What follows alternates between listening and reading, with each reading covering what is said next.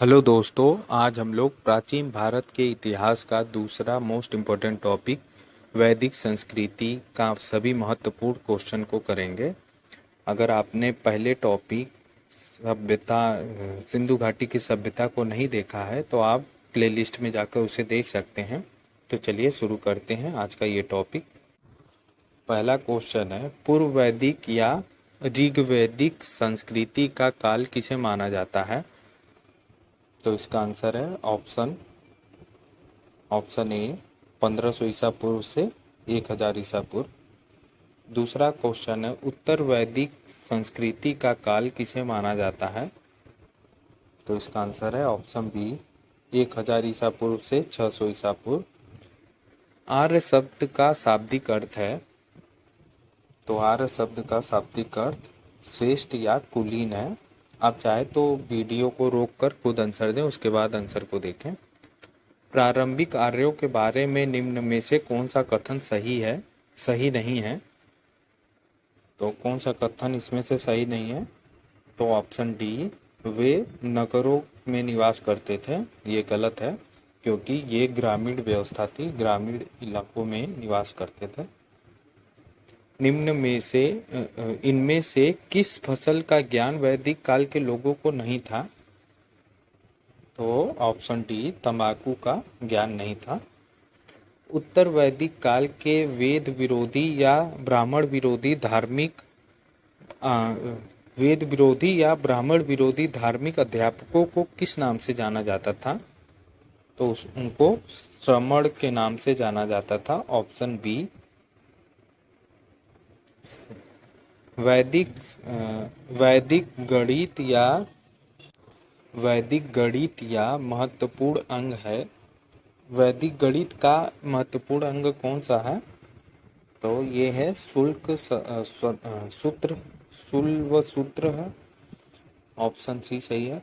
आठवां क्वेश्चन है, किस वेद में प्राचीन वैदिक युग की संस्कृति के बारे में सूचना दी गई है? तो इसका आंसर है ऑप्शन ए, ऋग्वेद में प्राचीन वैदिक युग की संस्कृति के बारे में उल्लेखित है। निम्नलिखित में से उत्तर वैदिक काल में लिखे गए ग्रंथों का सही क्रम क्या है? तो ग्रंथों का सही क्रम बताना है। तो पहले वेद, फिर ब्राह्मण, फिर आरण्य, फिर उपनिषद लिखे गए थे। ऑप्शन ए सही है। वेदों की संख्या कितनी है? तो वेदों की संख्या 4 है। अर्थ सबसे पहले ऋग्वेद, यजुर्वेद, सामवेद, फिर अर्थवेद। कौन से त्रिवेद संयुक्त रूप से त्रयी या वेद त्रयी कहलाते हैं? तो स्टार्टिंग के जो 3 वेद थे, यजुर्वेद, ऋग्वेद, यजुर्वेद और सामवेद, इन्हीं को ही त्रिवेद कहते थे। और जो न्यूनतम जो नया वेद था अर्थवेद को, बस यही को निकाला गया था, मतलब यही अलग है, बाकी ये तीनों को त्रयी वेद बोलते थे। और सबसे प्राचीनतम वेद पूछे तो ऋग्वेद को कहते हैं। 12वां क्वेश्चन है, भारत के राज चिन्ह में प्रयुक्त होने वाले शब्द सत्यमेव जयते किस उपनिषद से लिया गया है? तो इसका आंसर है, ये कई बार एग्जाम में आ चुका है, इसका आंसर है मुंडक उपनिषद में, ऑप्शन ए। ऋग्वेद आर्यों का मुख्य व्यवसाय क्या था? तो याद रखिएगा, इनका मुख्य व्यवसाय पशुपालन था, ऑप्शन बी। और मैंने बताया था सिंधु घाटी की सभ्यता के लोगों का मुख्य व्यवसाय कृषि था।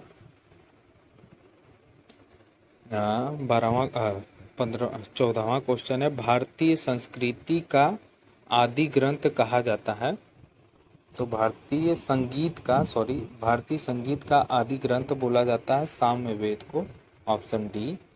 मैंने इसको ऐसे याद किया था, संगीत से स बना है निकला और सामवेद से भी स पहला वर्ड है, दोनों को रिलेट करके। 15वां क्वेश्चन है, प्रथम विधि निर्माता कौन है?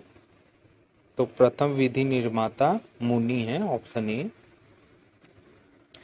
कृष्ण भक्ति का प्रथम और प्रधान ग्रंथ है? तो कृष्ण भक्ति का प्रथम प्रधान ग्रंथ है भगवत गीता, ऑप्शन बी। ऋग्वेद में संपत्ति का प्रमुख रूप क्या है? तो प्रमुख रूप है गोधन। गोधन को गाय को ही बोलते थे गोधन। पहले के जो ऋग्वेद काल में जिनके पास ज़्यादा गायें होती थी उनकी संपत्ति सबसे अधिक मानी जाती थी। 18वां क्वेश्चन है, ऋग्वेद के किस मंडल में शूद्रों का उल्लेखित पहली बार किया गया है? उल्लेख शूद्रों का पहली बार 10वें मंडल में किया गया है, ऑप्शन डी। पुराणों की संख्या कितनी है? तो पुराणों की संख्या 18 है, ऑप्शन ए। वैदिक धर्म का मुख्य लक्षण इनमें से किसकी आराधना था? तो इसका आंसर है ऑप्शन ए, प्राकृतिक का। किस देवता के लिए ऋग्वेद में पुरंदर शब्द का प्रयोग हुआ है? तो इंद्र देवता, ऑप्शन ए सही है। शुल्व सूत्र किस विषय से संबंधित है? तो शुल्व सूत्र ज्यामिति से संबंधित है, ऑप्शन ए। असोतो मां सदगमय कहाँ से लिया गया है? तो असोतो मां सदगमय ये ऋग्वेद से लिया गया है, ऑप्शन ए। आर्य भारत में बाहर से आए और सर्वप्रथम बसे थे। तो सर्वप्रथम कहाँ बसे थे आर्य? तो पंजाब में बसे थे, ऑप्शन सी। 5वां सुमेलित करना है, तो आप पहले वीडियो को रोक कर खुद से मिलान करें। इसका आंसर है ऑप्शन ए। का एक से ऋग्वेद का हिता और ही होते से संबंधित है। यजुर्वेद का अथर्वय से संबंधित है और सामवेद का उद्गाता से संबंधित है और अर्थवेद का ब्रह्मा से संबंधित है। तो आप इसको रोककर पहले इसको मिलान कर लें, कभी कभी रिलेटेड से भी पूछ लेता है जब हार्ड क्वेश्चन बनाना होता है। तो 6वां क्वेश्चन है, वेदों का अपौरुषेय क्यों कहा जाता है? वेदों को अपौरुषेय क्यों कहा जाता है? क्योंकि वेदों की रचना देवताओं द्वारा की गई है, ऑप्शन ए सही है। वैषयिक दर्शन के प्रतिपादक हैं। तो वैषयिक दर्शन के प्रतिपादक उल्लूक कड़द थे, ऑप्शन बी सही है। मीमांसा या पूर्व मीमांसा दर्शन के प्रतिपादक हैं। तो इसका आंसर है ऑप्शन ए, जैमिनी। वेदांत या उत्तर मीमांसा के दर्शन के प्रतिपादक हैं। तो बाद रायण।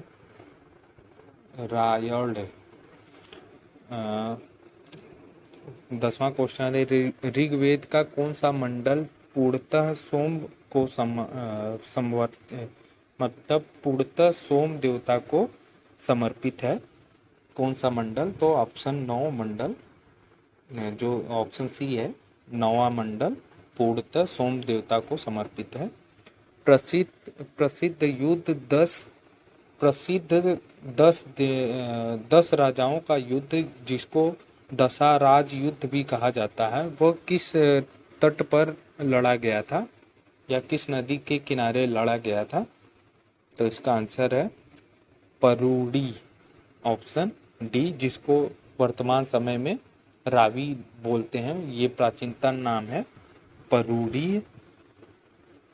धर्मशास्त्र में भू राजस्व की दर क्या थी? तो धर्मशास्त्र में भू राजस्व की जो दर थी वो 1/6 थी। 13वां क्वेश्चन है, 8000 ईसा पूर्व से 600 ईसा पूर्व किस काल का युग से जुड़ा है? मतलब किस काल के युग को कहा जाता है? तो ये ब्राह्मण युग को बोला जाता है, ऑप्शन ए। इसी में सबसे ज़्यादा कास्टिज्म हुआ था, जातिवाद हुई थी, उत्तर वैदिक काल में ही। किस काल में अछूत की अवधारणा स्पष्ट रूप से उदित हुई थी? तो उत्तर वैदिक काल में एक मिनट, नहीं, धर्मशास्त्र के काल में, ऑप्शन डी सही है, सॉरी। जो धर्मशास्त्र के काल में ही सबसे ज़्यादा छुआछूत वाली या अस्पृश्यता की भावना को उत्पन्न किया गया था। 15वां क्वेश्चन है, एशिया माइनर स्थित एशिया माइनर स्थित बोगाजकोई का महत्व इसलिए है कि, ये किस लिए महत्व है माई बोगाजकोई का? तो इसका आंसर है ऑप्शन ए। वहाँ जो अभिलेख प्राप्त हुए हैं 4 वैदिक देवता इंद्र, वरुण, मित्र, नासत्य को उल्लेखित मिलता है। वहाँ के भी जो ग्रंथ है उनमें भी इन चारों देवता का उल्लेख मिलता है। गायत्री मंत्र देवी सवृति को संबोधित या किस पुस्तक से मिलता है? तो गायत्री मंत्र किस पुस्तक से मिलता है? तो ये ऋग्वेदिक पुस्तक से मिलता है, ऑप्शन ए सही है। न्याय दर्शन को प्रचारित किया था। न्याय दर्शन को प्रचारित किसने किया था? तो इसको गौतम ने प्रचारित किया था, ऑप्शन बी सही है। प्राचीन भारत में निष्क से जाना जाता है। तो प्राचीन भारत में निष्क को स्वर्ण आभूषण जाना जाता है। योग दर्शन के प्रतिपादक हैं। तो योग दर्शन के प्रतिपादक पतंजलि हैं, ऑप्शन ए। उपनिषद पुस्तक किस पर आधारित है? दर्शन पर, ऑप्शन डी सही है। नेक्स्ट क्वेश्चन है, सुमेलित करना है। ऋग्वेद किससे संबंधित है? तो ऋग्वेद स्रोत और एवं प्रार्थनाओं से संबंधित है, ए का 4। और बी का देखते हैं, यजुर्वेद स्रोत एवं कर्मकांड से संबंधित है, तो बी का 2 सही है। सी का देखते हैं, सामवेद से संगीतमय को संबंधित है, तो ऑप्शन सी का 1 से सही है। और बचा लास्ट वाला डी, तो वो 3 से संबंधित होगा, तो ऑप्शन ए वाला सही हो गया। अर्थवेद तंत्र मंत्र या वशीकरण से संबंधित है, तो इसको भी याद रख लीजिए। ये कई बार सीधे सीधे क्वेश्चन पूछ लेता है कि तंत्र मंत्र वशीकरण किससे संबंधित है, किस वेद से संबंधित है, या स्रोत एवं प्रार्थनाएं किस वेद से संबंधित है। इसको ऐसे भी क्वेश्चन पूछ लेता है, तो इसको आप लोग अच्छे से याद कर लीजिएगा। नेक्स्ट क्वेश्चन है, आरंभिक वैदिक साहित्य में सर्वाधिक वर्णित नदी है। तो सबसे अधिक वर्णित नदी कौन सी है? तो सिंधु नदी है, ऑप्शन ए सही है। तीसरा क्वेश्चन है, उपनिषद काल के राजा अश्वपति शासक थे। तो अश्वपति कहाँ के शासक थे? तो केकय के शासक थे, ऑप्शन बी। चौथा क्वेश्चन है, अध्यात्म ज्ञान के विषय में नचिकेत और यम का संवाद किस उपनिषद में प्राप्त होता है? तो इसका आंसर है कठोपनिषद में, ऑप्शन सी। पांचवा क्वेश्चन है, वैदिक नदी कुंभा या काबुल, जिसको आप काबुल बोलते हैं, का स्थान कहाँ पर निर्धारित होना चाहिए? तो इस समय अफगानिस्तान की तो राजधानी भी है काबुल, आप वैसे भी याद कर सकते हैं, तो ऑप्शन ए सही है। कपिल मुनि द्वारा प्रतिपादन दर्शन प्रणाली है। तो कपिल मुनि द्वारा सांख्य दर्शन का प्रतिपादन हुआ है। तो कभी कभी डायरेक्ट भी कई क्वेश्चन ऐसे आ जाता है कि न्याय दर्शन के कौन है, ऐसे करके।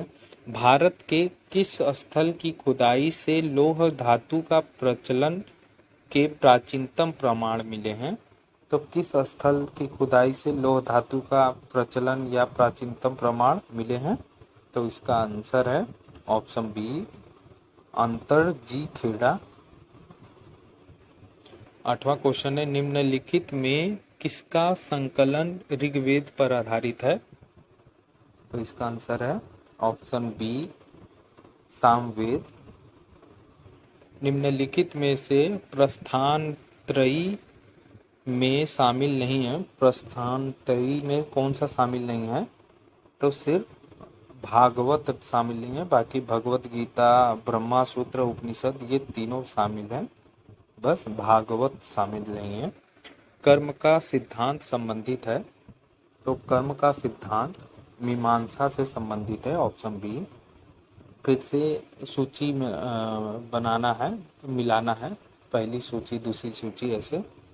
तो इसका अर्थवेद का संबंध है, औषधि से संबंधित है, अर्थवेद औषधि से संबंधित है, ऑप्शन ए का 3 सही है। और बी वाला देखते हैं, ऋग्वेद किससे संबंधित है? तो ऋग्वेद ईश्वर की महिमा से संबंधित है, तो बी का 4। हाँ तो देखिए ए के 3 ए और डी में दिया है और बी का 1 दिया है सिर्फ ए में, तो आंसर ये हो गया। बाकी आगे चेक करना है तो कर लीजिए। यजुर्वेद सामवेद, यजुर्वेद किससे संबंधित है? तो यजुर्वेद बलिदान विधि से संबंधित है और सामवेद संगीत से संबंधित है, ये अभी ऊपर हम लोगों ने किया था। चरक संहिता नामक पुस्तक किस विषय से संबंधित है? तो चरक संहिता नामक पुस्तक चिकित्सा से संबंधित है। 13वां क्वेश्चन है यज्ञ संबंधित विधि विधान का पता चलता है, तो विधि विधान का पता कहाँ से चलता है? तो यजुर्वेद से पता चलता है। वैदिक युगीन सभ्यता है, तो वैदिक युगीन सभा को क्या बोलते हैं? मंत्री परिषद थी वैदिक युगीन सभा, मंत्री परिषद थी। वैदिक युग में प्रचलित लोकप्रिय शासन प्रणाली क्या थी? तो गणतंत्र थी, ऑप्शन सी सही है। सबसे प्राचीन वेद कौन सा है? जैसा कि मैंने ऊपर बताया था, सबसे प्राचीन वेद यजुर्वेद है, ऋग्वेद है, सॉरी, ऑप्शन ए सही है ऋग्वेद। और सबसे न्यूनतम मतलब नवीनतम वेद है अर्थवेद, ऑप्शन डी हो जाएगा उसके लिए। 17वां क्वेश्चन निम्नलिखित में से भारतीय दर्शन का आरंभ विचारधारा है, आरंभिक विचारधारा कौन सी है? तो ऑप्शन ए सांख्य वेद।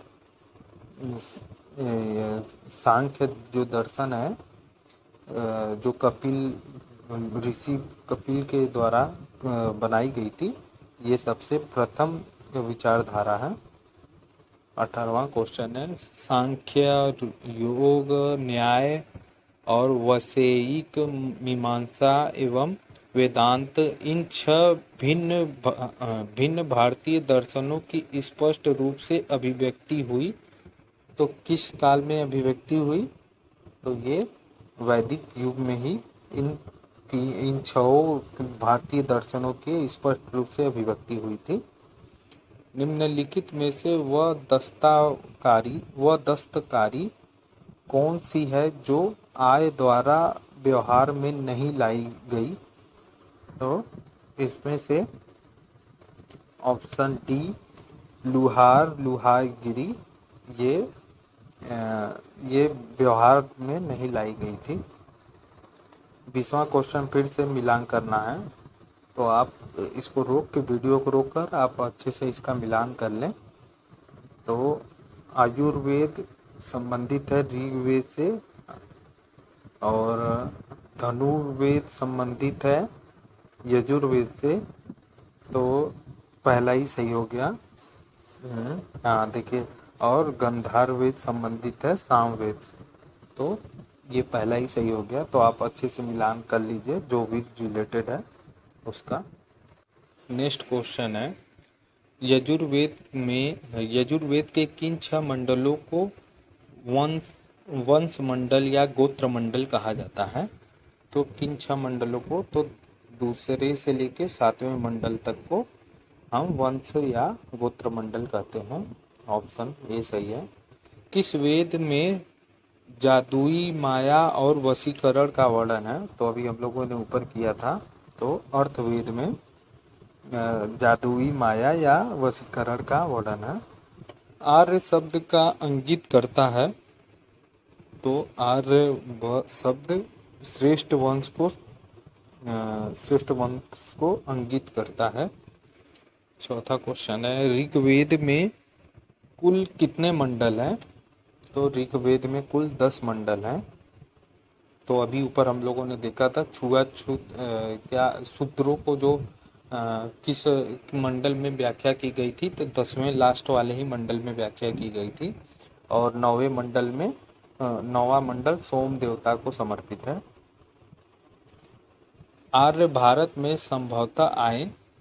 तो आर्य भारत में कहाँ से आए थे? तो मध्य एशिया से आए थे, यह माना जाता है संभवतः।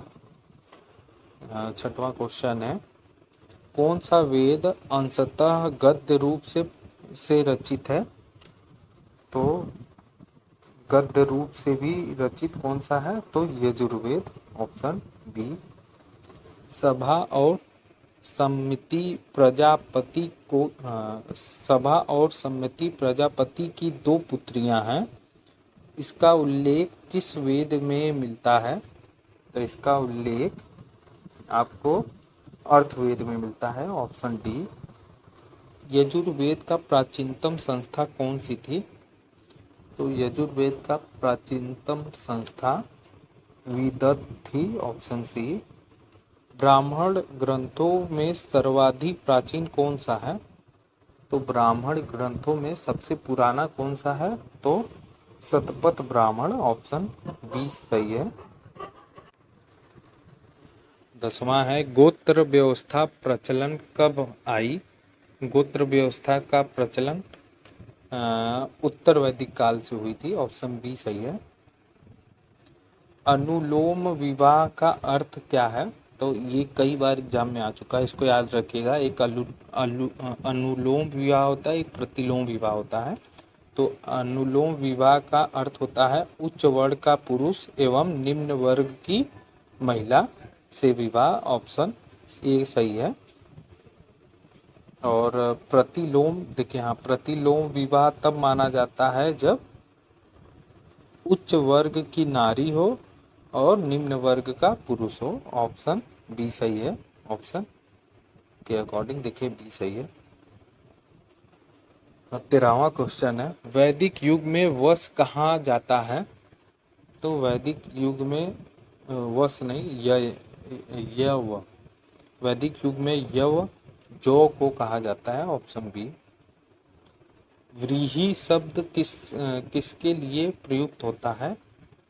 तो व्रीहि शब्द किसके लिए प्रयुक्त हुआ है? तो चावल के लिए प्रयुक्त किया है।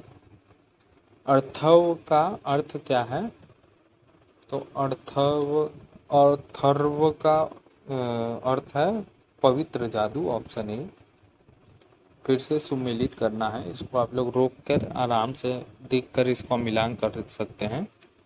तो पहले का ए का शिक्षा से संबंधित है, ध्वनि शास्त्र से, कल्पसूत्र संबंधित है कर्म कांड से, और सी निरुक्त संबंधित है शब्द व्युत्पत्ति शास्त्र से या भाषा शास्त्र से। तो ये ऑप्शन ए में ही सही हो गया।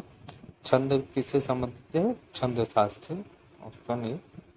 प्राचीन व्याकरण अष्टाध्यायी के रचनाकार कौन है? अष्टाध्यायी, जो संस्कृत के व्याकरण भी बोला जाता है अष्टाध्यायी को, तो पारिणी। इसको मैंने ऐसे याद किया था कि अष्टाध्यायी यानी 8 अध्याय याद करते करते मुझे प्यास लग गई, इसलिए मैंने पानी पी, पारिणी। निम्न में से कौन सी स्मृति प्राचीनतम है? तो मनुस्मृति प्राचीनतम है। जैसे कि मैंने ऊपर आपको बताया था कि जो ऋषि मुनि थे, इनकी ही सबसे प्राचीन स्मृति लिखी गई थी। और कानून जो विधियक व्यवस्था थी, ये इसी में लिखी गई है। सबसे ज़्यादा जो छुआछूत वाली भावना इनके ही कारण उत्पन्न हुई थी, इन्हीं की व्यवस्था के कारण। आदि आदि काव्य की संज्ञा किसको दी जाती है? तो आदि काव्य की संज्ञा इनमें से किसको दी जाती है? तो रामायण को दी जाती है। ऑप्शन ए सही है। 20वां क्वेश्चन है, प्राचीनतम पुराण है, तो प्राचीनतम इसमें से कौन सा पुराण है? तो मत्स्य पुराण सबसे पुराना पुराण होता है। ऋग्वेद में सबसे पवित्र नदी किसे माना गया है? तो ऋग्वेद में सबसे पवित्र नदी सरस्वती नदी को माना गया है। वैदिक समाज में आधारभूत इकाई थी, तो आधारभूत इकाई क्या थी? तो कुल और कुटुंब थी। Option A. ऋग्वेद काल के उस सबसे प्रधान देवता की पहचान करें जिसकी स्तुति 250 सूत्रों में की रचना में की गई है। तो ऋग्वेद काल में इंद्र देवता को सबसे ज़्यादा प्रायोरिटी दी जाती थी। किस वेद में सभा को नरिष्ट अर्थात सामूहिक वाद विवाद या उल्लंघनीय कहा गया है? तो किस वेद में? तो इसे अर्थवेद में बोला गया है। Option D. किस रचना में नारी को सूरा और पांसा के साथ पांचवा फिर से पढ़ते हैं। किस रचना में नारी को सूरा और पांसा के साथ 3 प्रमुख बुराइयां में शामिल किया गया है?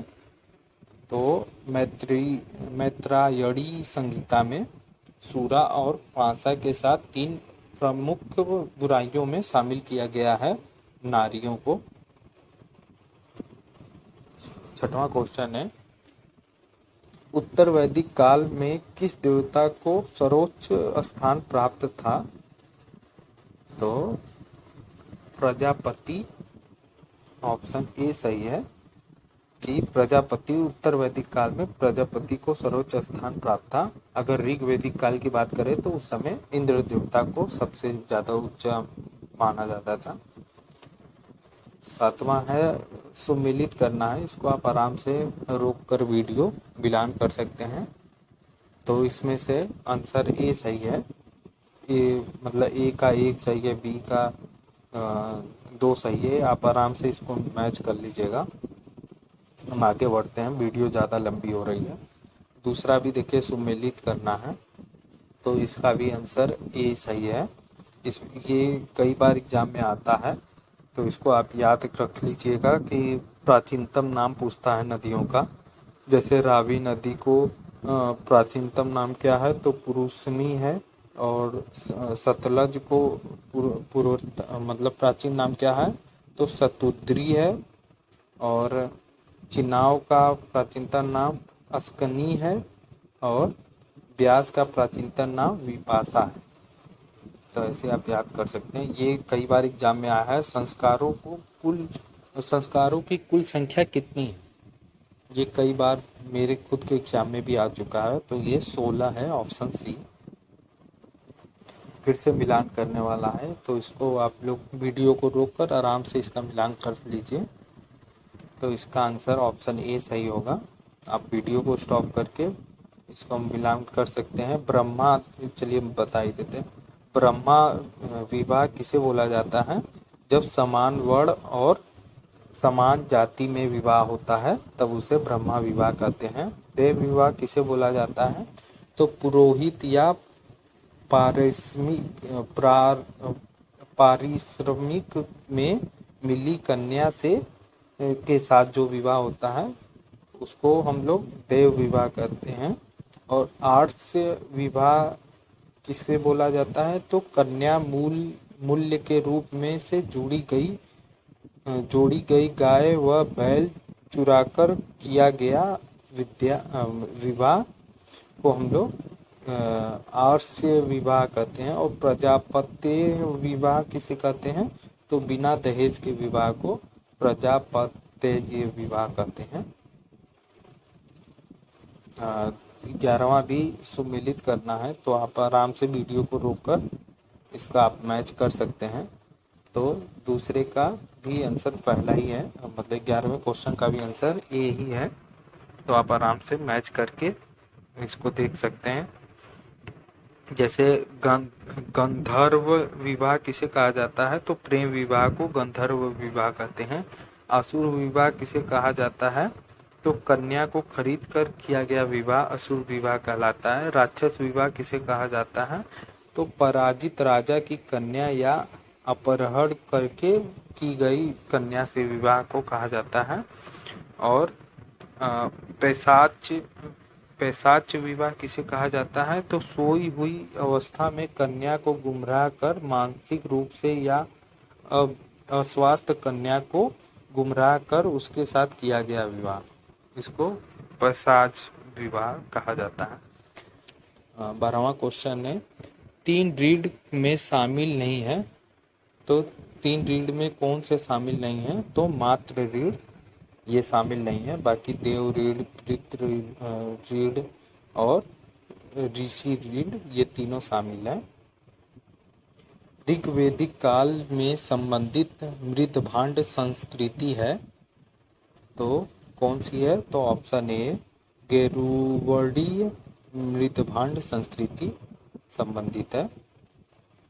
उत्तर वैदिक काल से संबंधित मृतभांड संस्कृति है, तो उत्तर वैदिक काल से कौन सी मृतभांड संबंधित है, तो ये है चित्रण धूसर मृतभांड। याद रखिएगा, जब भी ऋग्वैदिक काल या पूर्व वैदिक काल की बात करें तो उसमें गेरुवर्डीय मृतभांड संस्कृति है, और उत्तर वैदिक काल की बात करें तो चित्रित धूसर मृतभांड संस्कृति से संबंधित है। हरियाणा प्रांत में चित्रण धूसर मृतभांड स्थल किस स्थान पर हाल ही में किए गए उत्खनन से प्रकाशित में आए हैं या प्रकाश में आए हैं, तो इसका आंसर है ऑप्शन बी भगवानपुर। भगवानपुर एक स्थान का नाम है। 16वां क्वेश्चन है, प्राचीनतम विवाह संस्कार का वर्णन करने वाला विवाह सूत्र किसमें पाया जाता है, तो किसमें पाया जाता है, तो ये ऋग्वेद में पाया जाता है, ऑप्शन ए। ऋग्वेद में अघन्य या जिसका वध नहीं किया जाए, जो वध योग्य न हो, इस शब्द का प्रयोग किसके लिए किया गया है, तो इसका प्रयोग गाय के लिए किया गया है। इसमें आप गाय को मार नहीं सकते हैं या इसका वध नहीं कर सकते हैं, जबकि इसको बलि चढ़ाया जा सकता था। मतलब ऋग्वेदिक काल में बलि के लिए इसका यूज किया करते थे लोग, लेकिन अलग से इसको मारा नहीं जा सकता था। अब ये लोग वही लोग जाने कि ऐसा क्या नियम बनाया गया था कि एक तरफ मारा भी जा सकता था, बलि के रूप में मारा जा सकता था, लेकिन अलग से उसको मारा नहीं जा सकता था। तो 18वां क्वेश्चन है, इसमें भी सुमेलित करना है, तो इसको भी आराम से आप लोग रोक के वीडियो इसको कर सकते हैं। जैसे क्या है, संग्रहित किससे संबंधित है, तो संग्रहित कोषाध्यक्ष से संबंधित है, ए का एक सही है। बी का भाग दूध किससे संबंधित है, कर संग्रहकर्ता से संबंधित है। और छत्री किससे संबंधित है, पासे के खेल में राजा का सहायक से संबंधित है। और अच्छवास किससे संबंधित है, तो प्रतिहार या राजप्रसाद का सच्चक, ऑप्शन ए वाला सही है। यही दोनों में गड़बड़ हो गया, रुकिए। अच्छवाप ए वाला सही है। जैसे सी का 4 सही है, जो प्रतिहार राजा का सच्चक, इसको बोलते हैं छत्री। और डी वाला देखते हैं, अच्छवास संबंधित है आपका तीसरे वाले से, पासे में खेल के राजा के सहायक। रीति या प्रकृति संतुलन स्थापित करने के कारण किस वैदिक देवता को ऋतस्य गोप कहा जाता है, तो जो भी प्रकृति के देवता जी मान लीजिए इनको बोला जाता है, तो वरुण जी को प्रकृति के देवता भी बोला जाता था। या या प्राकृतिक संतुलन देवता स्थापित करने वाले। निम्न में से कौन मूलतः जल या समुद्र का देवता था? तो जो समुद्र के देवता थे उन्हीं को ही तो वरुण बोला जाता था, संतुलन करते थे। तो ऑप्शन सी सही है। नेक्स्ट क्वेश्चन है, में तीन कर्मोपगों में तीनों लोक को माप लेने के कारण किसे उपक्रम कहा जाता था? तो इसका आंसर है विष्णु को, ऑप्शन डी सही है। दूसरा मिलान करने का है। आप चाहे तो वीडियो को रोककर आराम से इसका मिलान करिए, क्योंकि वीडियो की लेंथ बहुत बड़ी हो रही है। तो ऑप्शन ए सही है। पुष्ण का संबंध है विवाह का देवता, और रुद्र का संबंध है पशुओं का देवता, और अध्योस का संबंध है जगत का देवता, अदिति का संबंध है देवों की महान माता। मनुस्मृति मुख्यतः संबंधित है। तो मनुस्मृति मुख्यतः किससे संबंधित है? तो समाज की व्यवस्था से संबंधित है। ऑप्शन ए सही था। चौथा क्वेश्चन देखते हैं, गायत्री मंत्र की रचना किसने की थी? तो विश्वामित्र ने ही की थी गायत्री मंत्र की रचना। अश्वेता और ऋग्वेद में समानता है, और अश्वेता किस क्षेत्र से संबंधित है? तो अश्वेता ईरान से संबंधित है। ऑप्शन बी सही है। निम्न में से कौन सी एक ऋग्वेदिक आर्यों की लक्षण विशेषता नहीं है? लक्षणिक विशेषता कौन सी नहीं है? तो वे लोहे के उपयोग से परिचित थे, ये लक्षणिक विशेषता नहीं है। 17वां क्वेश्चन है, ऋग्वेद में निम्नांकित किन नदियों का उल्लेख अफगानिस्तान के साथ आर्यों के संबंध का सूचक है? तो आर्यों कुंभा और कर्म के साथ अफगानिस्तान के साथ आर्यों के संबंध का सूचक है। 8वां क्वेश्चन है, धर्म तथा ऋतु भारत की प्राचीन वैदिक संस्कृति के एक केंद्रीय विचार को चित्रित करते हैं। इस संदर्भ में निम्नांकित में से कथनों पर विचार करें। पहला दिया है कि धर्म व्यक्ति के दायित्व एवं स्वयं दूसरों के प्रति व्यक्तिगत कर्तव्यों का संकल्पना था। दूसरा, ऋतु मूलभूत नैतिक विधान था जो सृष्टि और उनमें अंतर्निहित सारे तत्वों में से अच्छा, इसमें से बता रहा है कौन सा सही है कौन सा गलत है। तो इसमें से दोनों सही है, ऑप्शन सी वाला। आप आराम से रोककर वीडियो देख सकते हैं।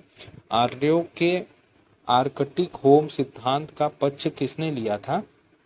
तो आर्यों के आर्कटिक होम या जिनका ये मानना था कि आर्य आर्कटिक से आए थे, तो ये हैं बाल गंगाधर तिलक जी का यही मानना था कि आर्य आर्कटिक से आए हैं। फिर से सूची का मिलान करना है, तो आप आराम से कर सकते हैं रोककर वीडियो। तो ये अभी आप लोगों ने ऊपर भी किया था, तो इसमें से ऑप्शन बी वाला सही है। मैच कर सकते हैं, अभी का नाम और पुराना प्राचीन नाम से संबंधित है। जैसे ए का कुंभा किससे संबंधित है? काबुल से। पुरुषनी किससे संबंधित है? तो पुरुषनी रावी से संबंधित है। सदानीर किससे संबंधित है? तो सदानीर ऑप्शन ए गंडक से संबंधित है। और सतुद्री किससे संबंधित है? तो सतलज से, ऑप्शन बी। ऋग्वेद में कितने सूत्र हैं? तो ऋग्वेद में 1028 सूत्र हैं। ये मोस्ट इम्पोर्टेंट है, इसको रट लीजिए। पूर्व वैदिक आर्यों का मुख्य धर्म प्रमुख था, पूर्व वैदिक आर्यों का धर्म प्रमुख था। तो प्रमुख क्या था? तो प्राकृतिक पूजा और यज्ञ था, ऑप्शन सी। पतंजलि कौन सा था? पतंजलि कौन सा था? तो पतंजलि पारड़ी के, ऑप्शन डी, पारड़ी के संस्कृत व्याकरण का एक टीकाकार था। आज का लास्ट क्वेश्चन है, शतपथ शतपथ ब्राह्मण से संबंधित राजाओं विदेध मानद से संबंधित ऋषि थे।